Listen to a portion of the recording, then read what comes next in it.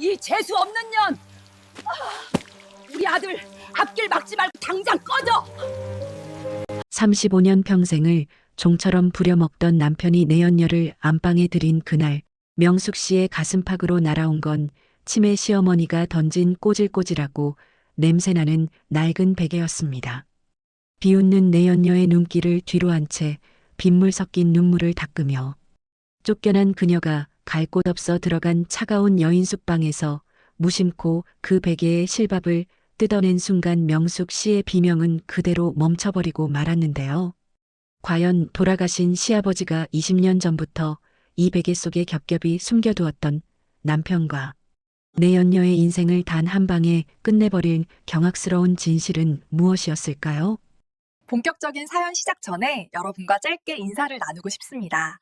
댓글로 여러분이 계신 곳과 지금 무엇을 하고 계신지 남겨주세요. 여러분의 구독과 좋아요는 더 좋은 이야기를 들려드리는데 큰 힘이 됩니다. 아직 안 누르셨다면 한 번씩만 꼭 눌러주시고 오늘 준비한 감동적인 사연 시작해보겠습니다. 새벽 5시 명숙의 하루는 언제나 이 시간에 시작됩니다.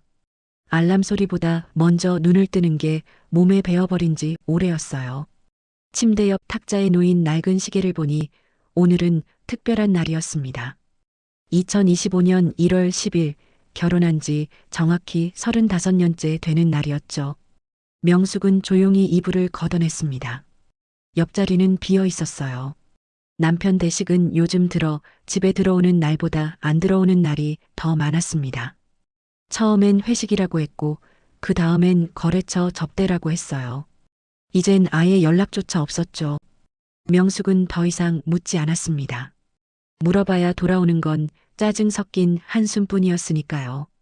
복도로 나서자 시어머니 방에서 냄새가 났습니다. 명숙은 재빨리 시어머니 방문을 열었어요. 88살 옥자 어머니는 침대에 누운 채 허공을 바라보고 계셨습니다. 기저귀가 젖어서 시트까지 축축하게 젖어 있었어요. 어머니, 제가 왔어요. 금방 갈아드릴게요. 명숙은 부드럽게 말을 건넸지만 시어머니는 반응이 없었습니다. 5해 전부터 시작된 치매는 이제 심해질 대로 심해져서 며느리조차 알아보지 못하는 날이 더 많았어요.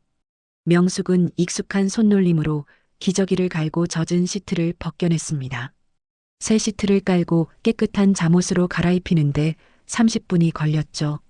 시어머니를 씻기고 나니 벌써 6시였습니다. 명숙은 부엌으로 내려가 아침 준비를 시작했어요. 시어머니는 치매에 걸렸어도 입맛만큼은 까다로웠습니다. 조금이라도 간이 새거나 밥이 질면 상을 엎어버리곤 했죠. 쌀을 씻으며 명숙은 문득 35년 전 이맘때를 떠올렸습니다. 28살에 이 집 며느리로 들어온 날 시아버지 만호 어른께서 명숙의 손을 꼭 잡으셨죠. 명숙아, 우리 집안이 대대로 가난했지만 이제 내가 사업을 시작해서 조금씩 나아지고 있다. 너만 믿는다. 그 말씀이 명숙에겐 무거운 책임이자 자부심이었습니다. 시아버지는 정말로 집안을 일으켰어요. 작은 건설 자재 회사로 시작해서 10년 만에 중견기업으로 키워냈죠. 그 과정에서 명숙도 함께 뛰었습니다. 장부를 정리하고 거래처에 도시락을 싸들고 가고 밤늦게까지 서류를 정리했어요. 하지만 시아버지가 돌아가신 뒤 모든 게 달라졌습니다. 7년 전 일이었어요. 회사 경영권을 물려받은 대식은 사업 확장이라며 무리한 투자를 했고 결국 회사는 빚더미에 올라앉았죠. 그때 명숙이 친정에서 물려받은 금반지며 목걸이를 모두 팔았습니다. 어머니가 돌아가시며 남긴 마지막 유품들이었지만 명숙은 망설이지 않았어요. 여보, 이걸로 회사 빚 정리하고 다시 시작해요. 우리 아버님이 일구신 회사잖아요. 명숙이 내민 3천만 원을 받아들며 대식은 눈물까지 글썽였었죠. 당신이 있어서 내가 사는 거요. 꼭 성공해서 당신한테 보답할게요. 그런데 그 약속은 어디로 갔을까요? 명숙은 쓴웃음을 지으며 된장찌개를 끓였습니다. 7시가 되어 시어머니를 식탁으로 모셔왔습니다. 휠체어에 앉은 시어머니는 여전히 멍한 표정이었어요. 명숙은 밥을 떠서 식혀가며 한 숟가락씩 떠먹였습니다. 어머니, 오늘 제가 결혼한 지 35년 되는 날이에요. 기억하세요? 제가 이 집에 처음 왔을 때 어머니가 얼마나 예뻐해 주셨는지. 시어머니는 대답 대신 입을 벌려 다음 숟가락을 기다렸습니다. 명숙의 가슴 한구석이 시렸어요. 옛날의 시어머니는 달랐습니다. 엄하셨지만 며느리를 딸처럼 아껴주셨죠. 명절 때마다 명숙이 덕분에 우리 집안이 산다며 칭찬을 아끼지 않으셨어요. 하지만 30년 전 시아버지의 외도 사건 이후로 시어머니는 변하셨습니다. 시아버지가 젊은 여직원과 바람을 피운다는 소문이 돌았고 시어머니는 그 충격으로 몇 달을 알아누웠어요. 결국 시아버지는 그 여자와 관계를 정리했지만 시어머니 마음속 상처는 아물지 않았습니다. 그때부터 시어머니는 아들 대식을 유독 감싸기 시작했죠. 아들만큼은 아버지처럼 되지 말라고, 아들만큼은 한 여자만 사랑하는 사람이 되라고 끊임없이 당부하셨어요. 그런데 지금 대식이 뭘 하고 있는지 시어머니가 아신다면 얼마나 가슴 아파하실까요? 명숙은 시어머니가 치매에 걸린 게 어쩌면 다행이라는 생각마저 들었습니다. 아침을 다 먹이고 설거지를 마치니 9시였습니다. 명숙은 거실 소파에 잠시 앉아 한숨을 내쉬었어요. 결혼기념일인데 남편한테서 문자 하나 없었습니다. 작년엔 그래도 미안, 바빠서라는 메시지라도 왔었는데 올해는 그마저도 없었죠. 명숙은 핸드폰을 들어 서랍장 사진첩을 열었습니다. 첫 번째 사진은 결혼식 날 찍은 거였어요. 28살 명숙은 환하게 웃고 있었고 30살이던 대식도 행복해 보였습니다. 두 번째 사진은 시아버지가 회사 10주년 기념으로 가족들과 찍은 거였어요. 시아버지는 명숙의 어깨에 손을 올리시며 우리 집 기둥이라고 말씀하셨죠. 10시쯤 되어 명숙은 시어머니를 다시 침대에 누이고 빨래를 시작했습니다. 젖은 시트며 속옷들을 삶아 빨고 널었어요. 허리가 끊어질 것 같았지만 명숙은 쉬지 않았습니다. 쉬면 이상한 생각이 들었거든요. 내 인생이 왜 이렇게 됐을까? 나는 뭘 위해 사는 걸까? 그런 생각들이요. 점심때가 되어도 대식은 연락이 없었습니다. 명숙은 시어머니와 둘이서 점심을 먹었어요. 텔레비전에서는 요란한 웃음소리가 흘러나왔지만 집안은 쥐 죽은 듯 조용했습니다. 오후 2시 명숙은 결심했습니다. 오늘은 특별한 날이니까 남편을 위해 특별한 저녁을 준비하기로요. 시장에 가서 대식이 좋아하는 갈비를 샀습니다. 킬로당 5만 원이 넘는 비싼 한우갈비였어요. 요즘 생활비가 빠듯했지만 오늘만큼은 괜찮다고 스스로를 달랬죠. 집으로 돌아오는 길에 명숙은 세탁소 앞을 지나다가 멈춰 섰습니다. 쇼윈도에 걸린 남성복 셔츠가 보였거든요. 대식이 좋아할 만한 디자인이었습니다. 명숙은 망설이다가 가게 안으로 들어갔어요. 가격표를 보니 15만 원이었습니다. 비쌌지만 명숙은 카드를 꺼냈죠. 포장 예쁘게 해주세요. 선물용이에요. 집에 와서 갈비를 재우고 반찬을 만들기 시작했습니다. 대식이 좋아하는 잡채도 만들고 된장찌개도 끓였어요. 식탁을 차리는데 3시간이 걸렸습니다. 명숙은 거울을 보며 머리도 단정하게 빗고 얼굴에 화장도 했어요. 오랜만에 립스틱을 바르니 조금은 사람 같아 보였습니다. 6시가 되었습니다. 대식한테 전화를 걸었지만 받지 않았어요. 문자를 보냈죠. 여보, 오늘 우리 결혼기념일이에요. 집에서 저녁 준비해놨어요. 일찍 들어와요. 답장은 없었습니다. 명숙은 식탁 앞에 앉아 기다렸어요. 7시, 8시, 9시. 갈비는 식어갔고 잡채도 굳어갔습니다. 10시가 다 되어서 시어머니 방에서 소리가 났습니다. 명숙이 달려가 보니 시어머니가 침대에서 일어나려다 넘어지셨어요. 어머니, 괜찮으세요? 명숙이 부축하려는데 시어머니가 갑자기 명숙의 손을 뿌리쳤습니다. 저리 가. 누구야 넌? 어머니, 저예요. 명숙이요. 모르는 사람이야 꺼져. 시어머니는 소리를 지르며 명숙을 밀쳤습니다. 명숙은 비틀거리다 벽에 부딪혔어요. 어깨가 욱신거렸지만 명숙은 참았습니다. 시어머니 잘못이 아니라는 걸 알았으니까요. 병이 그러는 거니까요. 시어머니를 겨우 진정시키고 다시 재우는데 1시간이 걸렸습니다. 명숙이 거실로 내려오니 11시였어요. 대식은 여전히 오지 않았습니다. 명숙은 식탁 앞에 주저앉았습니다. 정성껏 차린 음식들이 차갑게 식어 있었어요. 35년이라는 세월이 저 차가운 음식들처럼 느껴졌습니다. 처음엔 뜨거웠지만 이제는 식어도 한참 식어버린 시간들이요. 명숙은 눈물이 날 것 같았지만 울지 않았습니다. 우는 것도 이젠 사치였어요. 울어봤자 달라지는 게 없다는 걸 너무 잘 알았으니까요. 명숙은 그저 텅 빈 식탁을 바라보며 앉아 있었습니다. 결혼기념일 선물로 받은 건 남편의 부재와 시어머니의 거부뿐이었죠. 자정이 넘어서야 명숙은 음식들을 하나씩 치우기 시작했습니다. 냉장고에 넣으며 생각했어요. 내일 데워서 먹으면 되겠지. 언제나 그랬듯이 혼자서요. 그렇게 명숙의 35번째 결혼기념일이 저물어 갔습니다. 결혼기념일 다음 날도 대식은 집에 들어오지 않았습니다. 명숙은 그저 담담하게 하루를 보냈어요. 시어머니를 돌보고 집안일을 하고 저녁이 되면 혼자 밥을 먹었습니다. 이제는 익숙해진 일상이었죠. 사흘째 되는 날 밤 11시, 명숙은 거실 소파에서 졸고 있었습니다. 그때 현관문이 열리는 소리가 들렸어요. 명숙은 화들짝 놀라 일어났습니다. 대식이 돌아온 거겠거니 했죠. 그런데 이상했습니다. 발소리가 둘이었어요.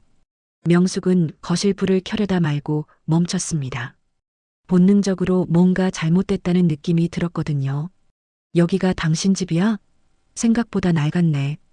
여자 목소리였습니다. 젊고 쾌활한 목소리였어요.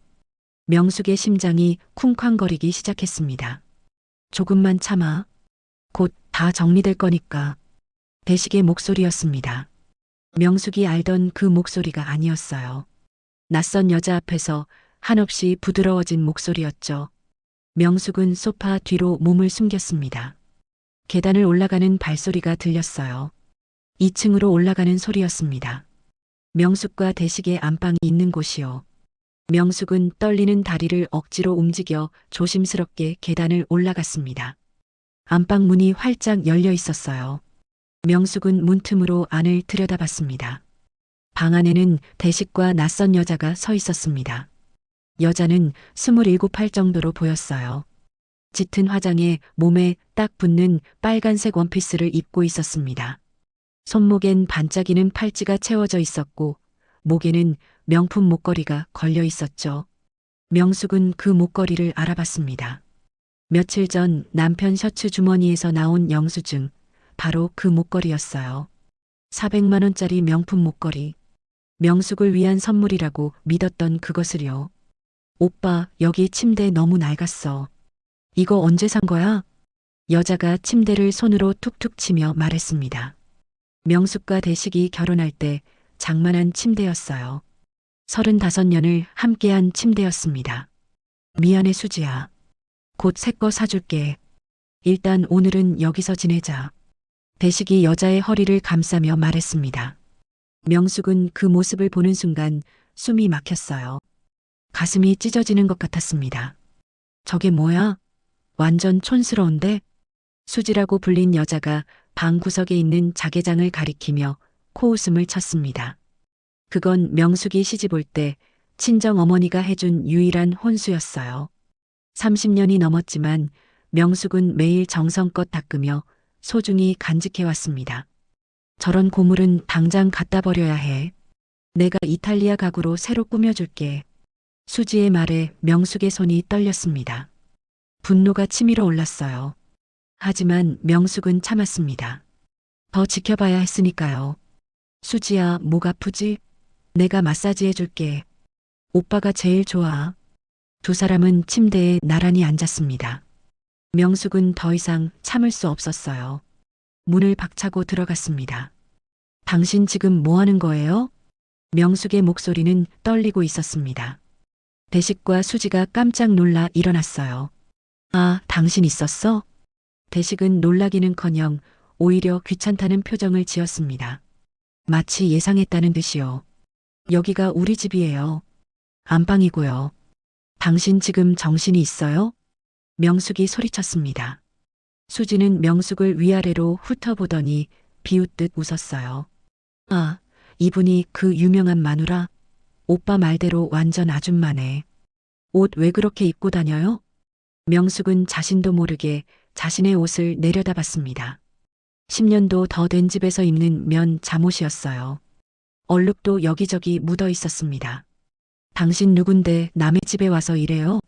당장 나가요. 명숙이 수지에게 다가가려는데 대식이 명숙의 팔을 잡았습니다.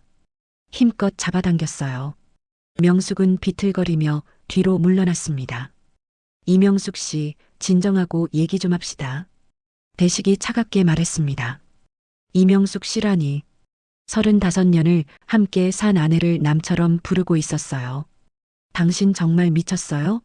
다른 여자를 우리 집에, 우리 침대에 데려와요? 우리 집이라고 했죠? 이 집 명의가 누구 건데요? 대식이 주머니에서 서류 봉투를 꺼냈습니다. 탁자 위에 던지듯 놓았어요. 이혼합시다. 더 이상 당신이랑 살 이유가 없어요. 명숙은 귀를 의심했습니다. 이혼이라니. 서류를 집어들었어요. 떨리는 손으로 펼쳐봤습니다. 이혼 합의서였습니다.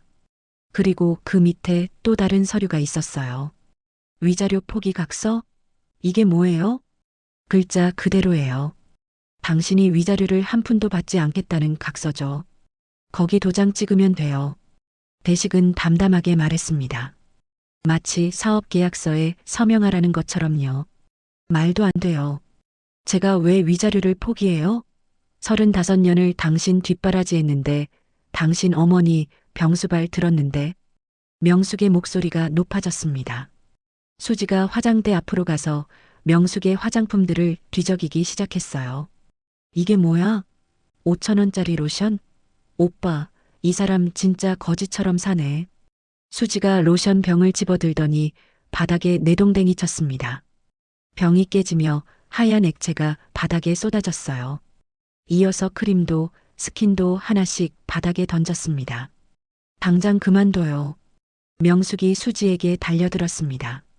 수지의 손목을 붙잡았어요. 그런데 수지가 갑자기 비명을 질렀습니다. 이 아줌마가 저 때려요. 수지는 때린 적도 없는데 바닥에 주저앉으며 울음을 터뜨렸습니다. 연기였어요. 누가 봐도 뻔한 연기였습니다. 이명숙 씨, 당신 지금 폭행까지 하는 거예요? 대식이 명숙을 밀쳐냈습니다. 명숙은 벽에 등을 부딪혔어요. 어깨뼈가 욱신거렸습니다. 이 집은 내 명의예요. 내 재산이고요. 당신한테 줄 건 단 한 푼도 없어요. 조용히 서류에 도장 찍고 나가요. 그게 당신한테도 좋을 거예요. 대식의 눈빛은 차갑기만 했습니다.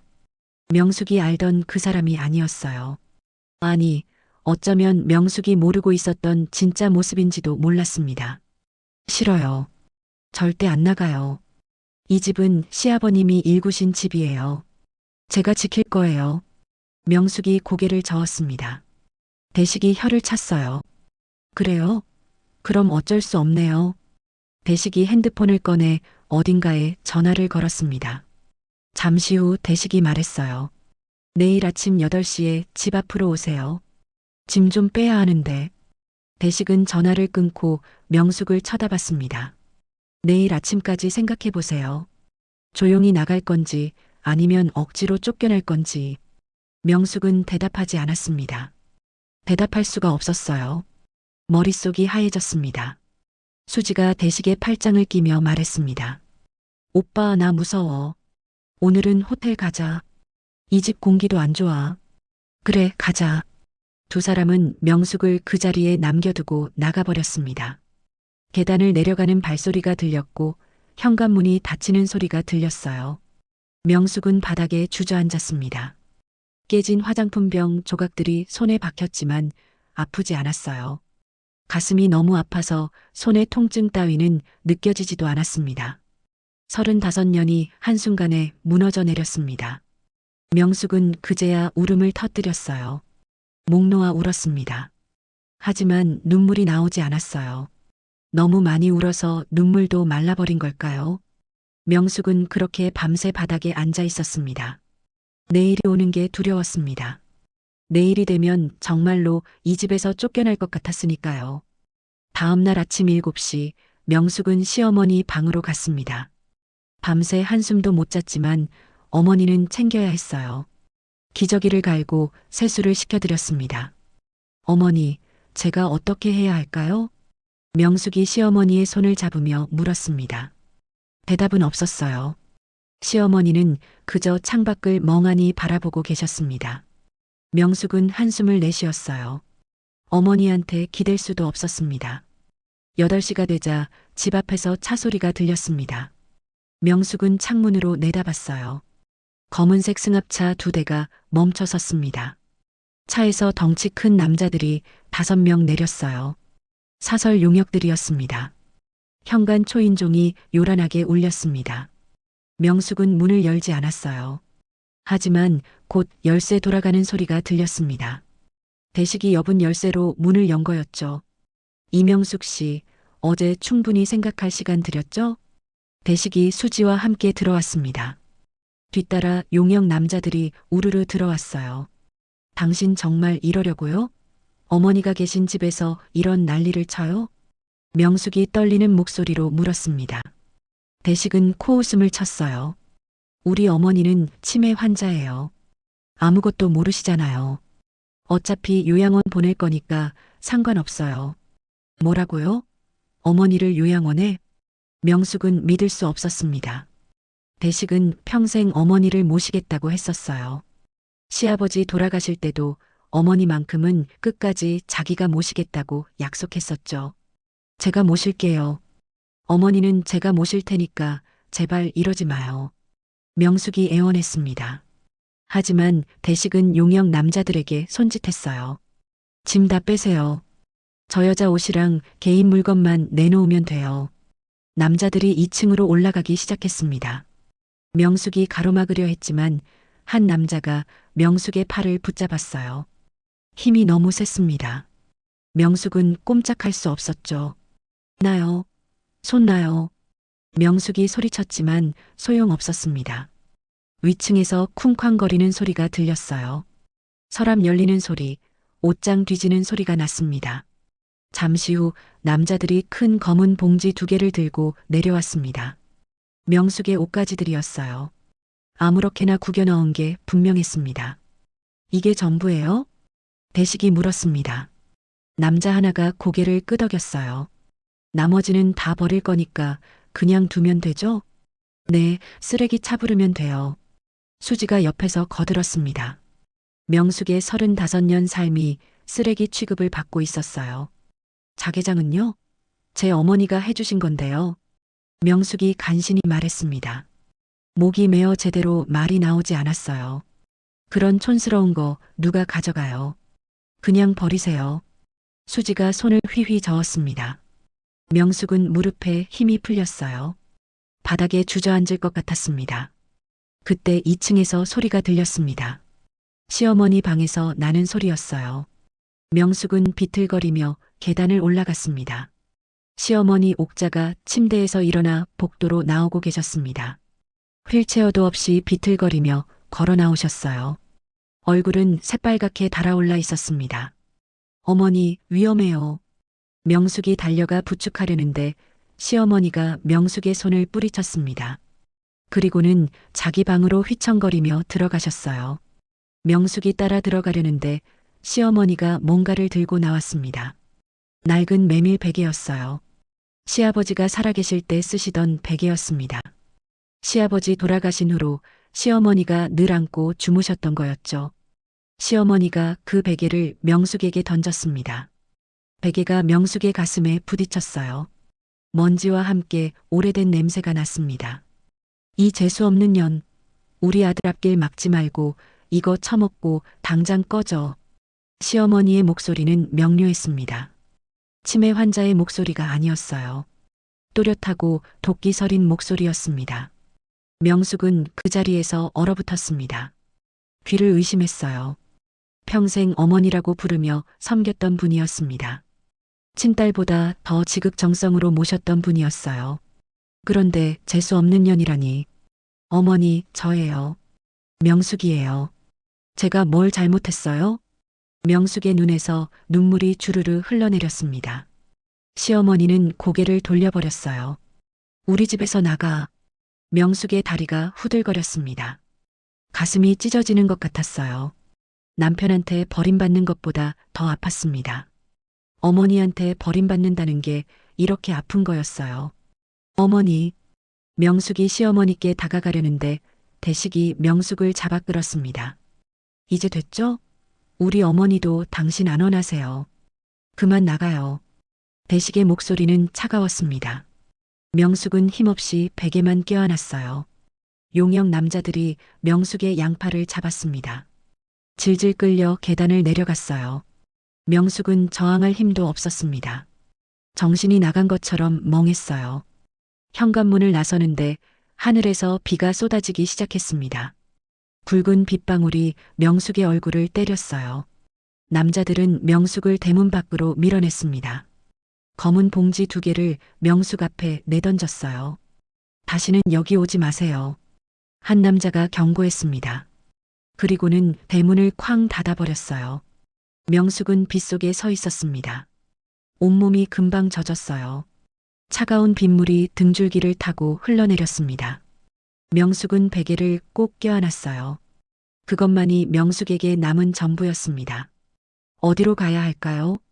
명숙은 생각했습니다. 친구도 없었어요. 35년 동안 집안일에만 매달려 살았으니까요. 친정도 없었습니다. 부모님은 오래전에 돌아가셨고 오빠는 10년 전 해외로 이민을 갔어요. 명숙은 비에 젖은 봉지를 하나씩 들었습니다. 무거웠어요. 하지만 마음은 더 무거웠습니다. 발걸음을 떼는데 다리가 떨렸어요. 명숙은 걸었습니다. 어디로 가는지도 모른 채 그냥 걸었어요. 빗물과 눈물이 뒤섞여 얼굴을 타고 흘렀습니다. 2시간을 걸었을까요? 명숙은 낡은 여인숙 앞에 멈춰 섰습니다. 간판에는 하루 3만 원이라고 쓰여 있었어요. 명숙은 주머니를 뒤졌습니다. 지갑에 현금이 10만 원 있었습니다. 카드는 대식 명의였으니 쓸 수 없었어요. 명숙은 여인숙으로 들어갔습니다. 주인 할머니가 젖은 명숙을 보더니 안쓰러운 눈빛을 보냈어요. 방 하나 주세요. 명숙의 목소리는 잠겨 있었습니다. 할머니는 묻지 않고 열쇠를 건넸어요. 2층 끝방이었습니다. 6평도 안 되는 작은 방이었어요.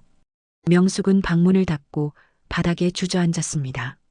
젖은 베개를 내려놓고 그제야 울음을 터뜨렸어요. 35년이 이렇게 끝나는 거였습니다. 명숙은 베개를 끌어안고 목 놓아 울었어요. 빗소리가 울음소리를 감쪽같이 삼켜버렸습니다.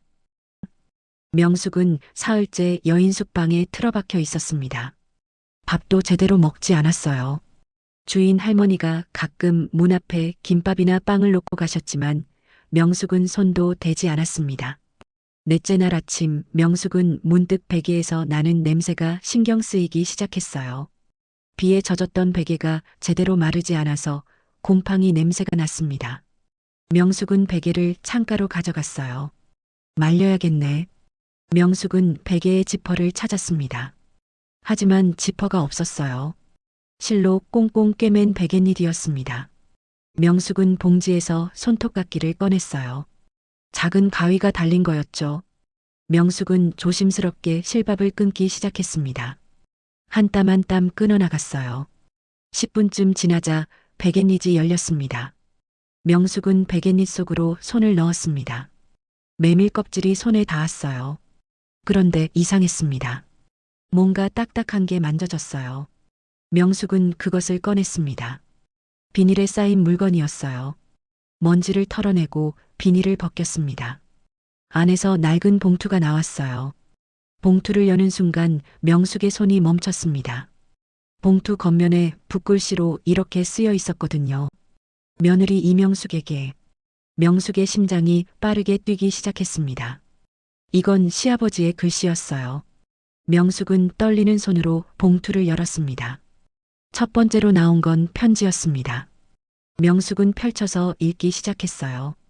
명숙아, 이 편지를 읽고 있다면 넌 이미 우리 집에서 쫓겨난 후일 게다. 미안하구나. 내가 살아서 막았어야 하는데 그러지 못했다. 명숙의 눈에서 눈물이 흘러내렸습니다. 시아버지의 목소리가 들리는 것 같았어요. 내 아들 대식이를 내가 너무 잘 안다. 그 녀석은 어릴 때부터 욕심이 많았어. 돈이 생기면 생길수록 더 갖고 싶어 했지. 나는 그게 걱정이었다. 언젠가 대식이가 너를 버릴 거라는 걸 알았어. 명숙은 편지를 읽으며 흐느꼈습니다. 시아버지는 다 알고 계셨던 거였어요. 그래서 나는 준비했다. 대식이가 회사에서 저지른 일들을 몰래 기록했어. 비서실장한테 부탁해서 이중 장부를 만들었지. 대식이가 회사 돈을 빼돌린 기록, 허위 계약서 만든 것, 비자금 조성한 것까지 전부 다 있다. 명숙은 황급히 봉투 안을 다시 뒤졌습니다. 두꺼운 서류 뭉치가 나왔어요. 명숙은 한 장씩 넘겨봤습니다. 회사 장부였어요. 날짜별로 대식이 빼돌린 돈의 액수가 적혀 있었습니다. 2010년 3월 12일 허위 계약으로 2천만 원 횡령. 2012년 7월 5일 거래처 리베이트 3천만 원 개인 계좌 입금. 2015년 11월 20일 회사법인 카드로 수지 명품 가방 구매 500만 원. 수지라는 이름이 나온 건 2015년부터였습니다. 벌써 10년 전부터 대식과 수지가 관계를 맺고 있었던 거였어요. 명숙은 손이 부들부들 떨렸습니다. 마지막 장을 넘기자 총액이 나왔습니다. 20년 동안 대식이 빼돌린 돈은 15억 원이었어요. 명숙은 숨이 막혔습니다. 이 장부가 있으면 대식이를 법적으로 처벌할 수 있다. 횡령죄, 배임죄로 감옥에 보낼 수 있어. 명숙아, 이게 너를 지켜줄 칼이다. 명숙은 다시 편지를 읽었습니다. 하지만 편지는 거기서 끝이 아니었어요. 그리고 명숙아, 봉투 안에 또 하나가 있을 게다. 그게 내 노후를 지켜줄 방패란다. 명숙은 봉투를 흔들었습니다. 작은 서류 봉투 하나가 더 떨어졌어요. 명숙은 그것을 열었습니다. 토지 등기부등본이었습니다. 명숙은 서류를 자세히 들여다봤어요. 소유자 이름에 이명숙이라고 쓰여 있었습니다. 이게 뭐지? 명숙은 주소를 확인했습니다. 경기도 어느 시였어요. 명숙이 전혀 모르는 곳이었습니다. 지목은 임야, 면적은 3,000평이었어요. 명숙은 다시 편지를 읽었습니다. 그 땅은 내가 30년 전에 산 선산이다. 당시엔 허허벌판이었지. 한 평에 10,000원도 안 했어. 그런데 지금은 달라졌을 게다. 그곳에 신도시가 들어선다는 소문을 들었거든. 내가 죽고 10년쯤 지나면 그 땅값이 엄청나게 오를 거야. 명숙은 핸드폰을 꺼냈습니다. 인터넷으로 그 지역을 검색했어요. 검색 결과를 보는 순간 명숙의 눈이 커졌습니다. 신도시 개발 예정 지역이었어요. 그것도 상업지구 한복판이었습니다. 최근 기사를 찾아봤어요. 해당 지역 토지 보상가 평당 5천만 원 예상. 명숙은 계산기를 두드렸습니다. 3,000평 곱하기 5천만 원. 1,500억 원이었어요. 명숙은 믿을 수가 없었습니다. 자기 이름으로 된 땅이 1,500억 원이라니. 손이 너무 떨려서 핸드폰을 떨어뜨릴 뻔했어요. 명숙아, 그 땅은 처음부터 내 이름으로 해뒀다. 대식이는 그 땅이 있는지도 모를 게다. 내가 비밀로 했으니까. 등기부등본도 따로 보관했고 세금 고지서도 내 회사 주소로 오게 해뒀어. 명숙은 편지의 마지막 부분을 읽었습니다. 명숙아, 미안하다. 내가 이 편지를 읽을 때쯤이면 넌 많이 힘들 거야. 하지만 포기하지 마라. 넌 우리 집안의 진짜 기둥이었어. 대식이보다 옥자보다 너를 더 믿는다. 이 장부와 땅으로 내 인생을 되찾아라. 그게 이 늙은이가 며느리한테 줄 수 있는 마지막 선물이란다. 편지 끝에는 날짜가 적혀 있었습니다. 2018년 2월 14일. 시아버지가 돌아가시기 한 달 전이었어요. 그리고 명수가 옥자한테 이 베개를 목숨처럼 지키라고 일러뒀다. 옥자도 다 알고 있어. 내가 이 베개를 받아서 구원받을 거라는 것도. 명숙은 그제야 깨달았습니다. 시어머니가 베개를 던진 게 저주가 아니었어요. 축복이었습니다. 명숙을 살리려는 마지막 선물이었던 거예요. 어머니. 명숙은 베개를 끌어안고 울었습니다. 하지만 이번엔 슬픔의 눈물이 아니었어요. 감사의 눈물이었습니다. 명숙은 서류들을 다시 봉투에 넣었습니다. 그리고 거울을 봤어요. 거울 속 명숙의 눈빛이 달라져 있었습니다. 며칠 전까지만 해도 죽은 사람 같았던 눈이었어요. 하지만 지금은 달랐습니다. 살아있는 사람의 눈이었어요. 강대식, 이제 내 차례야. 명숙은 낮게 중얼거렸습니다. 그리고 편지 끝에 적힌 전화번호를 봤어요. 박 변호사, 이 사람이 널 도와줄 게다. 명숙은 핸드폰을 들었습니다. 번호를 눌렀어요. 신호음이 울렸습니다. 세 번째 신호음에 전화가 연결됐어요. 여보세요? 중년 남자의 목소리였습니다. 박 변호사님이신가요? 저는 이명숙이라고 합니다. 아, 명숙 씨. 기다리고 있었습니다. 변호사의 목소리는 따뜻했습니다. 마치 오래전부터 명숙을 알고 있었다는 듯이요. 선친께서 부탁하신 일, 이제 시작하시겠습니까? 명숙은 창밖을 바라봤습니다. 비가 그쳤어요. 구름 사이로 햇살이 비치고 있었습니다. 네, 시작하겠습니다. 명숙의 목소리는 단호했습니다. 35년 동안 한 번도 내본 적 없는 목소리였어요. 다음 날 오전 10시, 명숙은 강남의 한법률사무소 앞에 서 있었습니다. 15층 건물이었어요. 유리문에는 박정훈 법률사무소라고 금색 글씨가 새겨져 있었습니다. 명숙은 심호흡을 했습니다. 어제까지만 해도 여인숙 바닥에 주저앉아 울던 사람이었어요. 하지만 지금은 달랐습니다. 명숙은 등을 곧게 펴고 문을 열었어요. 안으로 들어가자 젊은 직원이 반갑게 맞아주었습니다. 이명숙 고객님이시죠? 변호사님께서 기다리고 계십니다. 직원의 안내를 받아 안쪽 사무실로 들어갔습니다. 넓은 방이었어요. 책장 가득 법률 서적이 꽂혀 있었고 큰 책상 뒤에 50대 중반쯤 되어 보이는 남자가 앉아 있었습니다. 어서 오세요, 명숙 씨. 박정훈입니다. 박 변호사가 일어나 악수를 청했습니다. 명숙은 그의 손을 잡았어요. 따뜻한 손이었습니다. 앉으세요. 오시느라 힘드셨죠? 박 변호사는 명숙을 소파로 안내했습니다. 직원이 차를 가져다 주고 나갔어요. 선친께서 돌아가시기 전에 저를 찾아오셨습니다. 명숙 씨 얘기를 많이 하셨어요. 박 변호사가 입을 열었습니다. 명숙은 귀를 기울였어요. 만호 사장님은 제 은인이십니다. 20년 전 제가 변호사 시험에 떨어지고 빚에 쪼들릴 때 사장님께서 저를 도와주셨어요. 학원비도 대주시고 생활비도 보태주셨죠. 덕분에 다시 공부해서 변호사가 될 수 있었습니다. 명숙은 고개를 끄덕였습니다. 시아버지는 그런 분이셨어요. 어려운 사람을 보면 그냥 지나치지 못하는 분이었죠. 사장님께서 돌아가시기 한 달 전 저를 부르셨습니다. 그리고 이 봉투를 주셨어요. 박 변호사는 서랍에서 갈색 봉투를 꺼냈습니다. 봉투 겉면에 이렇게 쓰여 있었어요. 명숙이가 찾아오면 열 것.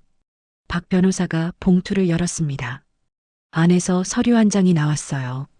박 변호사가 읽기 시작했습니다. 정훈아, 내가 죽고 나면 우리 며느리 명숙이가 힘든 일을 겪을 게다. 그때 내가 명숙이를 도와줘라. 명숙이는 착하고 순한 사람이야. 하지만 그 착함 때문에 이용당할 거다. 내가 명숙이한테 칼이 되어줘라. 명숙이를 지켜줘라. 명숙의 눈시울이 붉어졌습니다. 시아버지는 정말 모든 걸 예상하셨던 거예요. 명숙 씨, 어제 전화로 대충은 들었습니다만 자세히 얘기해 주시겠어요? 명숙은 지난 며칠간의 일을 차근차근 설명했습니다.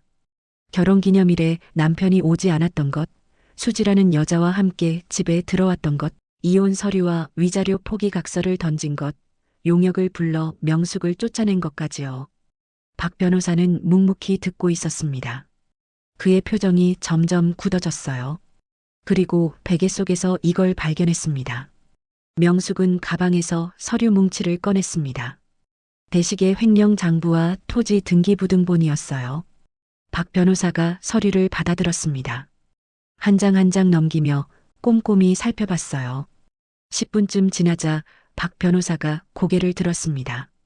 이건 결정적인 증거입니다. 강대식 씨를 횡령죄와 배임죄로 고소할 수 있어요. 형량은 최소 7년에서 10년입니다. 명숙은 숨을 깊이 들이마셨습니다. 7년에서 10년. 대식이 그만큼 감옥에 갈 수도 있다는 얘기였어요. 그리고 이 땅은 정말 대단합니다. 박 변호사가 등기부등본을 들어보였습니다. 제가 어제 확인해 봤어요. 이 지역은 올해 말에 신도시 개발이 확정됩니다. 보상 절차는 내년 초부터 시작될 예정이고요. 평당 보상가는 최소 5천만 원으로 예상되고 있습니다. 그럼 정말 1,500억이 되는 건가요? 명숙이 떨리는 목소리로 물었습니다. 박 변호사가 고개를 끄덕였어요. 네, 맞습니다. 세금을 떼고 나면 실수령액은 1,000억 정도 될 겁니다. 1,000억? 명숙은 그 액수가 실감나지 않았습니다. 평생 3만 원짜리 로션을 쓰며 살았던 사람이었어요. 1,000억이라는 돈은 상상조차 할 수 없는 금액이었죠. 하지만 명숙 씨, 한 가지 문제가 있습니다. 박 변호사의 표정이 심각해졌습니다. 강대식 씨가 이 땅의 존재를 알게 되면 어떻게든 빼앗으려 할 겁니다. 지금도 이혼 서류의 위자료 포기 각서까지 쓰라고 했다고 하셨죠? 그 사람은 명숙 씨한테 한 푼도 주지 않으려는 겁니다. 명숙은 고개를 숙였습니다. 맞는 말이었어요. 그래서 제 생각엔 이렇게 하면 좋겠습니다. 박 변호사가 메모지에 뭔가를 적기 시작했습니다. 첫째, 당장은 이혼 소송을 시작하지 않습니다. 강대식 씨가 먼저 소송을 걸어올 때까지 기다리는 거예요. 왜요? 강대식 씨가 먼저 소송을 걸면 그쪽이 유책 배우자가 됩니다. 외도를 했으니까요. 그럼 명숙 씨가 위자료를 받을 수 있어요.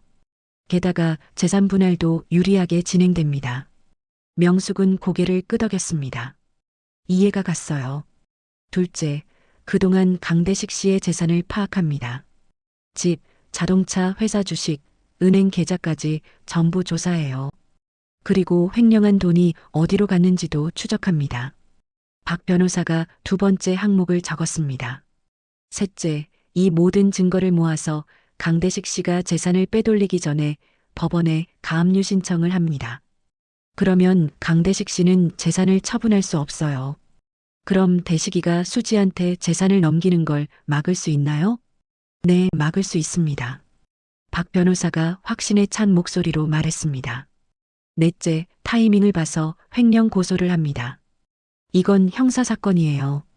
강대식 씨는 구속될 수도 있습니다.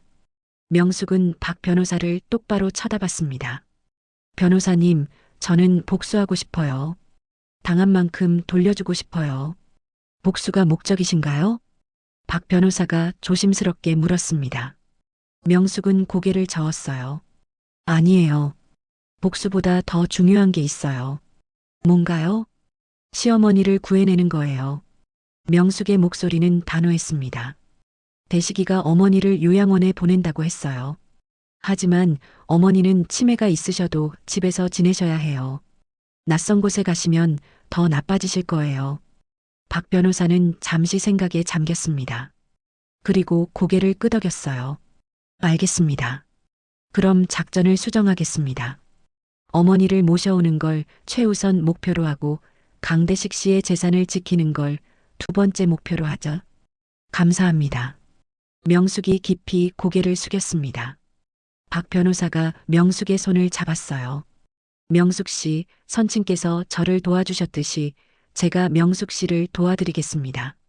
걱정하지 마세요. 우리가 이길 겁니다. 명숙은 처음으로 웃었습니다. 며칠 만에 짓는 웃음이었어요. 눈물도 조금 흘렀습니다. 하지만 슬픈 눈물이 아니었어요. 희망의 눈물이었습니다. 그런데 명숙 씨, 한 가지만 더 여쭤볼게요. 네, 말씀하세요. 혹시 강대식 씨나 수지 씨가 명숙 씨를 찾아올 것 같나요? 명숙은 고개를 저었습니다. 아니요. 저를 완전히 쫓아냈다고 생각할 거예요. 땅이 있는 줄도 모르고요. 좋습니다. 그럼 당분간 강대식 씨가 방심하게 놔두는 거예요. 그 사이에 우리가 모든 준비를 끝내는 겁니다. 박 변호사가 명숙에게 명함을 건넸습니다. 급한 일 있으면 언제든 연락하세요. 24시간 연락 가능합니다. 명숙은 명함을 받아 지갑에 넣었습니다. 그리고 일어섰어요. 법률사무소를 나와 거리를 걷는데 명숙의 발걸음이 가벼웠습니다. 며칠 전과는 완전히 다른 사람이 된 기분이었어요. 명숙은 하늘을 올려다봤습니다. 맑게 갠 하늘이었어요. 명숙은 속으로 말했습니다. 아버님, 지켜보세요. 제가 꼭 이기겠습니다. 박 변호사를 만나고 2주일이 지났습니다. 명숙은 작은 원룸을 얻어 새 생활을 시작했어요. 여인숙보다는 나았지만 15평밖에 안 되는 좁은 방이었습니다. 하지만 명숙은 불평하지 않았어요. 곧 모든 게 달라질 거라는 걸 알았으니까요. 어느 날 오후 3시 명숙의 핸드폰이 울렸습니다. 모르는 번호였어요. 명숙은 조심스럽게 전화를 받았습니다. 여보세요? 명숙 씨, 접니다. 박 변호사요. 박 변호사의 목소리는 급했습니다. 뭔가 일이 생긴 것 같았어요. 무슨 일이세요? 큰일 났습니다. 강대식 씨가 움직이기 시작했어요. 명숙의 심장이 쿵 내려앉았습니다. 제가 사람을 시켜 강대식 씨를 감시하고 있었거든요. 그런데 오늘 아침에 이상한 일이 포착됐습니다. 어떤 일이요? 강대식 씨가 정보원을 만났어요. 부동산 정보를 전문으로 다루는 사람이죠. 그 사람한테 뭔가 조사를 의뢰한 것 같습니다. 명숙은 숨을 죽였습니다. 설마 땅 얘기를 알아낸 걸까요? 아직 확실하진 않지만 강대식 씨가 명숙 씨 명의로 된 재산이 있는지 찾고 있는 것 같아요. 조심하셔야 합니다. 전화를 끊고 명숙은 창밖을 바라봤습니다. 불안했어요. 대식이 땅을 알아내면 어떻게 될까요? 사흘 후 명숙의 불안은 현실이 되었습니다. 저녁 7시쯤 초인종이 울렸어요. 명숙은 문구멍으로 밖을 내다봤습니다. 대식이 서 있었어요. 명숙은 문을 열지 않았습니다. 하지만 대식이 문을 두드리기 시작했어요. 명숙아, 나야. 문 좀 열어줘. 할 얘기가 있어. 대식의 목소리는 달랐습니다. 2주일 전에 명숙을 쫓아낼 때의 차가운 목소리가 아니었어요. 부드럽고 애원하는 듯한 목소리였습니다. 명숙은 심호흡을 했습니다. 그리고 문을 열었어요. 대식은 양복을 말끔하게 차려입고 있었습니다. 손에는 꽃다발까지 들고 있었어요. 뭐하러 왔어요? 명숙이 차갑게 물었습니다. 대식이 꽃다발을 내밀었어요. 미안해. 내가 정말 미쳤었어. 용서해줘. 대식의 눈에서 눈물이 주르르 흘러내렸습니다. 명숙은 그 눈물이 진짜인지 가짜인지 알 수 없었어요. 당신 지금 장난해요? 2주일 전에 절 쫓아낸 사람이 누군데요? 내가 잘못했어. 수지한테 홀려서 정신을 못 차렸어. 근데 수지가 진짜 무섭더라고. 나한테서 돈만 뽑아내려는 여자였어. 대식이 명숙의 손을 잡으려 했습니다. 명숙은 손을 뿌리쳤어요. 이제 와서 무슨 소리예요? 수지한테 400만 원짜리 목걸이 사준 사람이 누군데요? 그게 다 실수였어. 내가 정신이 나갔었어. 제발 용서해줘. 다시 집으로 돌아와. 대식이 무릎까지 꿇었습니다. 명숙은 그 모습을 내려다봤어요. 믿을 수 없었습니다. 이 사람이 진심일 리 없었어요. 어머니는 어떻게 됐어요? 명숙이 물었습니다. 대식의 표정이 잠깐 굳어졌어요. 하지만 금방 다시 애원하는 표정으로 돌아왔습니다. 어머니는 집에 계셔. 내가 돌아와서 모셔줘. 나는 어머니 모시는 거 잘 못해. 거짓말이었습니다. 명숙은 직감적으로 알았어요. 대식의 눈빛이 흔들리고 있었거든요. 싫어요. 저 안 돌아가요. 명숙이 단호하게 말했습니다. 대식의 얼굴이 순식간에 변했어요. 부드럽던 표정이 사라지고 차가운 표정이 나타났습니다. 그래. 그럼 어쩔 수 없네. 대식이 주머니에서 서류를 꺼냈습니다. 명숙 앞에 내밀었어요. 이게 뭔지 알아? 명숙은 서류를 받아들었습니다. 토지 대장이었어요. 명숙 명의로 된 3,000평 땅의 토지 대장이었습니다. 명숙의 얼굴이 하얗게 질렸습니다. 대식이 알아낸 거였어요. 놀랐지? 내가 다 알아냈어. 아버지가 너한테 땅을 물려줬더라고. 3,000평이나 되는 땅을. 대식의 목소리는 비웃음으로 가득했습니다. 그 땅이 지금 얼마짜리인지 알아? 1,500억이야.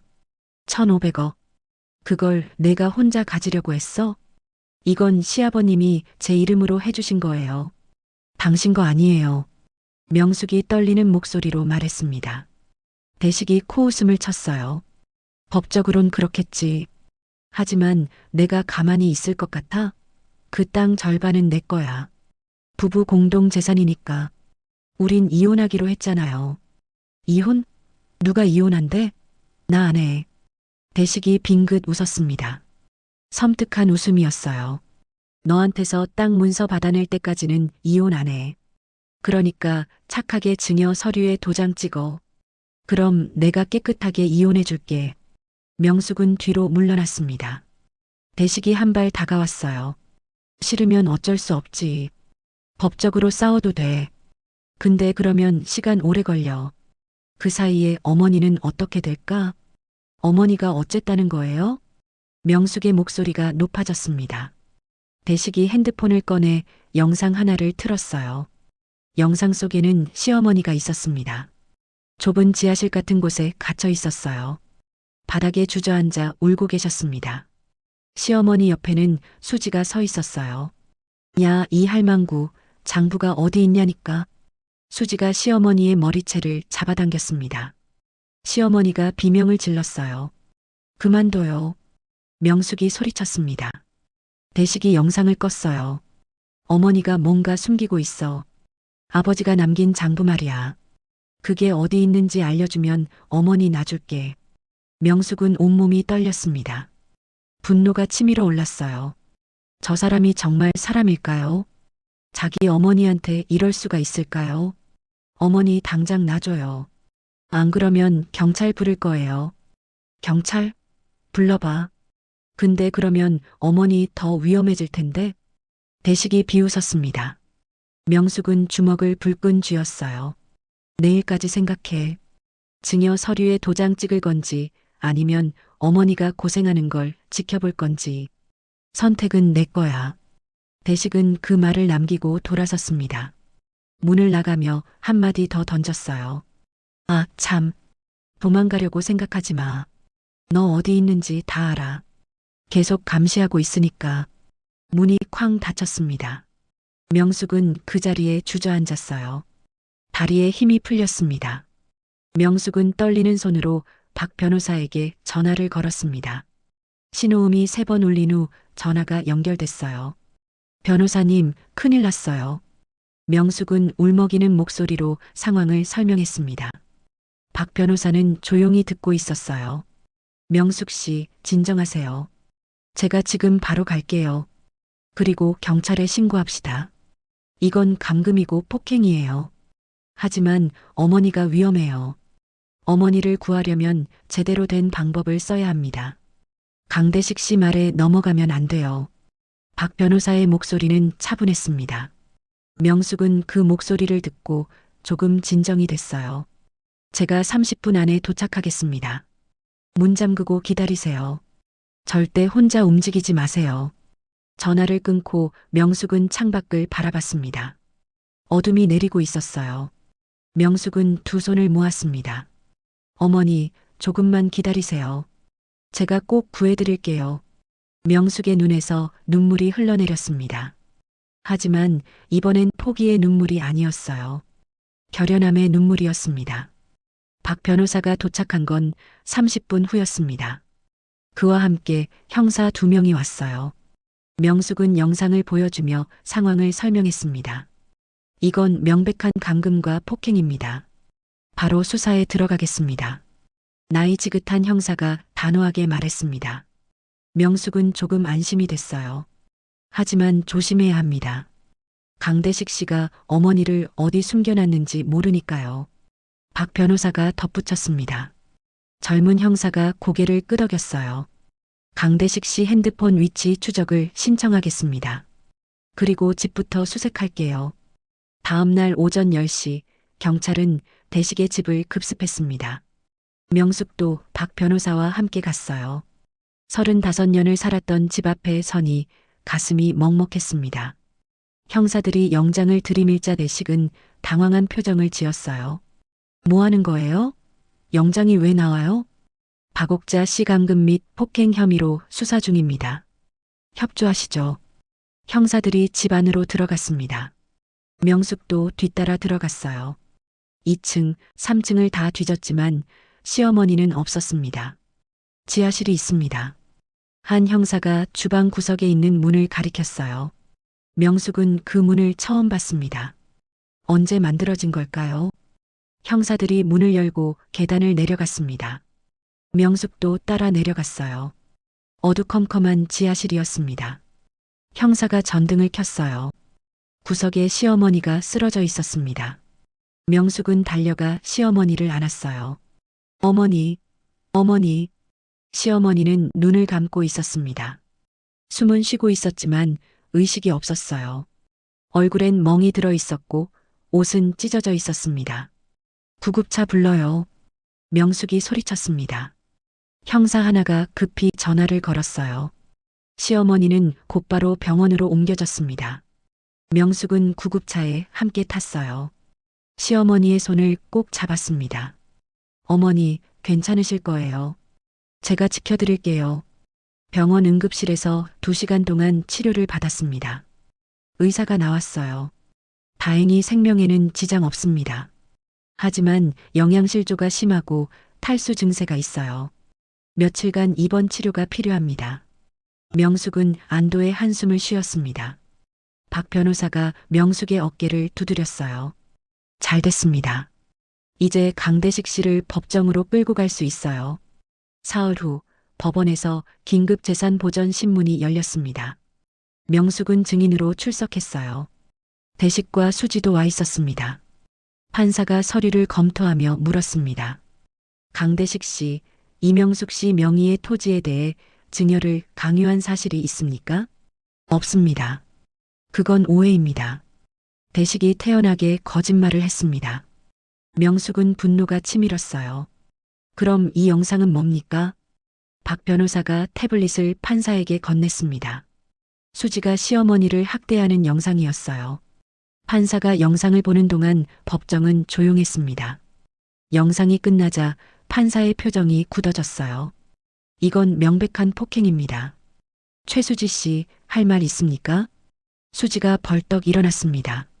저 안 했어요. 저 영상 조작이에요. 수지가 소리쳤습니다. 하지만 판사는 고개를 저었어요. 국과수 감정 결과 조작의 흔적이 없다고 나왔습니다. 최수지 씨는 폭행 혐의로 구속영장을 청구하겠습니다. 그때였습니다. 법정문이 열렸어요. 휠체어를 탄 시어머니가 들어왔습니다. 명숙이 모셔온 거였어요. 잠깐만요. 시어머니가 말했습니다. 목소리는 떨렸지만 또렷했어요. 모든 사람의 시선이 시어머니에게 쏠렸습니다. 판사가 물었습니다. 증인이십니까? 네, 박옥자입니다. 강대식의 어머니입니다. 시어머니가 대답했습니다. 대식의 얼굴이 하얗게 질렸어요. 어머니, 왜 나오셨어요? 들어가 계세요. 대식이 다급하게 말했습니다. 하지만 시어머니는 대식을 쳐다보지도 않았어요. 판사님, 제가 할 말이 있습니다. 시어머니가 휠체어에서 천천히 일어났습니다. 명숙이 깜짝 놀라 부축하려 했지만 시어머니가 손을 저었어요. 괜찮아, 명숙아. 시어머니는 혼자 힘으로 섰습니다. 비틀거렸지만 꿋꿋이 서 있었어요. 법정 안의 모든 사람이 숨을 죽였습니다. 시어머니가 대식을 똑바로 쳐다봤습니다. 초점 없던 눈이 아니었어요. 날카롭고 또렷한 눈빛이었습니다. 이 나쁜 놈아. 시어머니의 목소리가 법정에 울려 퍼졌습니다. 그리고는 휠체어를 밀고 대식에게 다가갔어요. 대식 앞에 섰습니다. 짝! 시어머니의 손바닥이 대식의 뺨을 세차게 후려쳤습니다. 법정 안이 술렁거렸어요. 어머니, 대식이 뺨을 감싸며 소리쳤습니다. 하지만 시어머니는 물러서지 않았어요. 너는 내 아들이 아니다. 내 아들은 죽었어. 30년 전에 죽었지. 시어머니의 목소리는 떨렸지만 강했습니다. 판사님, 제가 치매에 걸렸다고들 하죠. 맞습니다. 5해 전에 초기 치매 진단을 받았어요. 시어머니가 판사를 향해 말했습니다. 하지만 저는 미친 척했습니다. 일부러요. 왜냐고요? 내 아들이 얼마나 나쁜 놈인지 보고 싶었으니까요. 법정이 웅성거렸습니다. 판사가 망치를 두드렸어요. 조용히 하십시오. 계속하세요. 5해 동안 저는 모든 걸 지켜봤습니다. 내 아들이 회사 돈을 빼돌리는 것, 젊은 여자랑 바람 피우는 것, 며느리를 괴롭히는 것 전부요. 시어머니의 눈에서 눈물이 흘러내렸습니다. 내 남편이 그랬어요. 젊은 여자한테 빠져서 나를 버렸죠. 나는 그게 너무 아팠어요. 그래서 아들만큼은 그러지 말라고 당부했는데 이놈은 아버지보다 더 나쁜 놈이 됐어요. 대식은 고개를 숙이고 있었습니다. 수지는 입술을 깨물며 떨고 있었어요. 명숙이는 35년 동안 이 집안을 지켰습니다. 시부모 모시고 남편 뒷바라지하고 저 같은 치매 환자 돌보면서요. 그런데 이놈은 명숙이를 쫓아냈어요. 빗속에 내쫓았단 말이에요. 시어머니의 목소리가 높아졌습니다. 명숙은 눈물을 닦았어요. 판사님, 이놈은 감옥에 보내주세요. 제 며느리 명숙이한테 이 집안의 모든 것을 물려주세요. 그게 제 남편의 뜻이었고 제 뜻이기도 합니다. 시어머니가 말을 마쳤습니다. 그리고는 휠체어에 다시 앉았어요. 명숙이 달려가 시어머니를 안았습니다. 어머니, 미안하다, 명숙아. 너한테 베개 던지면서 욕한 거 연기였어. 너를 살리려고 그랬던 거야. 알아요, 어머니. 다 알아요. 두 여자는 서로를 껴안고 울었습니다. 판사가 판결을 내렸습니다. 강대식 씨는 횡령, 배임, 감금, 폭행 교사 혐의로 구속합니다. 최수지 씨는 폭행 및 감금 혐의로 구속합니다. 그리고 강대식 씨의 모든 재산에 대해 가압류를 결정합니다. 망치 소리가 울렸습니다. 법정 경위들이 다가와 대식과 수지에게 수갑을 채웠어요. 이게 다 당신 때문이야. 당신이 날 꼬드긴 거잖아. 수지가 대식에게 소리쳤습니다. 대식도 수지를 노려봤어요. 내가 어머니를 때린 거잖아. 나보고 어쩌라고. 두 사람은 서로를 비난하며 끌려나갔습니다. 추하게 무너지는 모습이었어요. 명숙은 그 모습을 조용히 지켜봤습니다. 슬프지도 기쁘지도 않았어요. 그저 담담했습니다. 법정을 나서는데 박 변호사가 명숙에게 다가왔습니다. 축하합니다. 명숙 씨. 이겼어요. 명숙은 고개를 저었습니다. 아직 끝난 게 아니에요. 이제 시작이에요. 명숙은 시어머니의 휠체어를 밀며 말했습니다. 어머니랑 새로운 삶을 살아야죠. 1년이 흘렀습니다. 2026년 1월, 명숙은 작은 꽃집 앞에 서 있었어요. 간판에는 이렇게 쓰여 있었습니다. 명옥꽃과 차. 명숙과 옥자, 두 사람의 이름을 딴 가게였습니다. 20평 남짓한 작은 공간이었지만 따뜻했어요. 한쪽에는 계절 꽃들이 예쁘게 진열되어 있었고 다른 한쪽에는 작은 테이블 4개가 놓여 있었습니다. 명숙은 문을 열고 들어갔습니다. 시어머니 옥자가 카운터에 앉아 장부를 정리하고 계셨어요. 어머니, 다녀왔습니다. 명숙아, 어떻게 됐어? 옥자가 안경을 벗으며 물었습니다. 명숙은 가방에서 서류를 꺼냈어요. 토지 보상금이 오늘 입금됐어요. 1,100억 원이요. 옥자는 잠시 말이 없었습니다. 그리고는 조용히 웃었어요. 여보, 들었어요? 우리 며느리가 해냈어요. 옥자가 하늘을 향해 말했습니다. 돌아가신 남편 만호에게 하는 말이었어요. 명숙도 하늘을 올려다봤습니다. 맑은 겨울 하늘이었어요. 구름 한 점 없었습니다. 아버님도 기뻐하실 거예요. 명숙이 조용히 말했습니다. 옥자가 명숙의 손을 잡았어요. 명숙아, 이 돈으로 뭐 하고 싶어? 저요? 글쎄요. 특별히 하고 싶은 건 없는데요. 명숙은 정말 그랬습니다. 1,000억이 넘는 돈이 생겼지만 욕심이 나지 않았어요. 지난 1년 동안 명숙은 많은 걸 배웠습니다. 돈이 행복을 주지 않는다는 것을요. 그럼 기부하는 건 어때? 옥자가 제안했습니다. 명숙의 눈이 반짝였어요. 좋은 생각이에요. 두 사람은 의논 끝에 500억 원을 기부하기로 했습니다. 학대받는 노인들을 돕는 재단에 300억, 이혼한 여성들의 자립을 돕는 단체에 200억을요.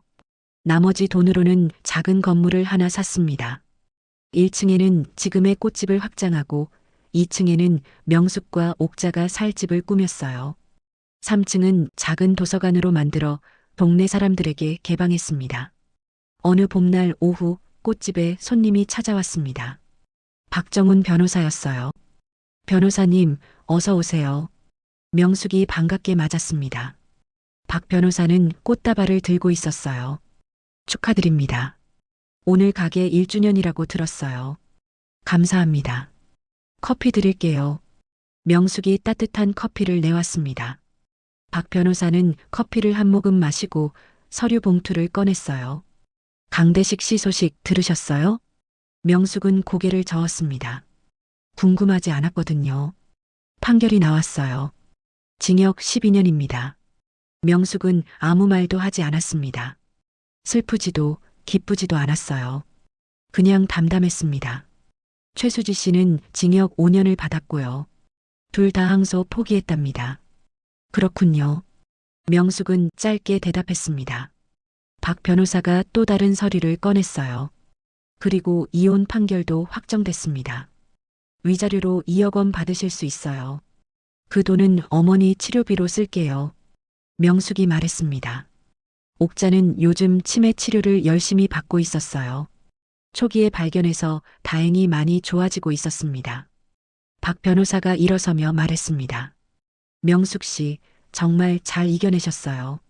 선친께서 자랑스러워 하실 겁니다. 변호사님 덕분이에요. 정말 감사합니다.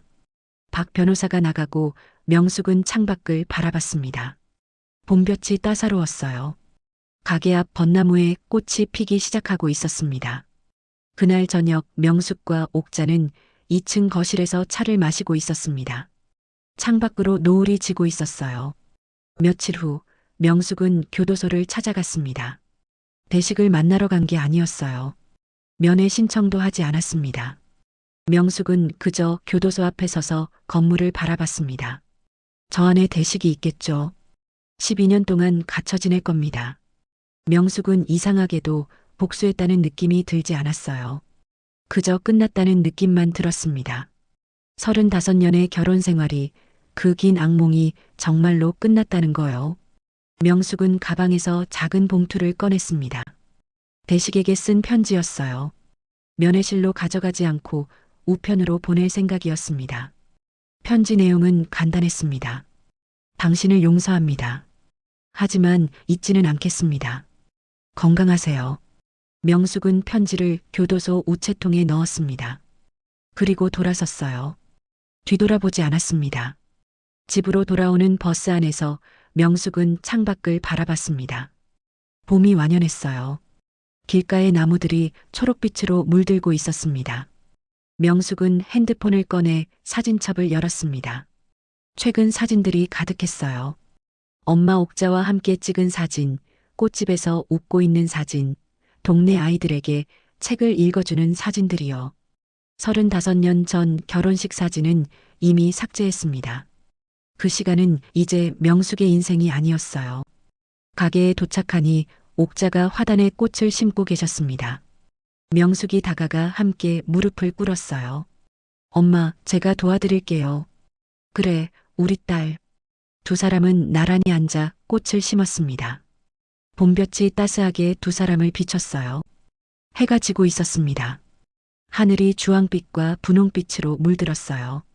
명숙과 옥자는 벤치에 나란히 앉아 노을을 바라봤습니다. 명수가 행복해? 옥자가 물었습니다. 명숙은 고개를 끄덕였어요. 네, 엄마. 정말 행복해요. 나도 행복해. 딸 덕분에.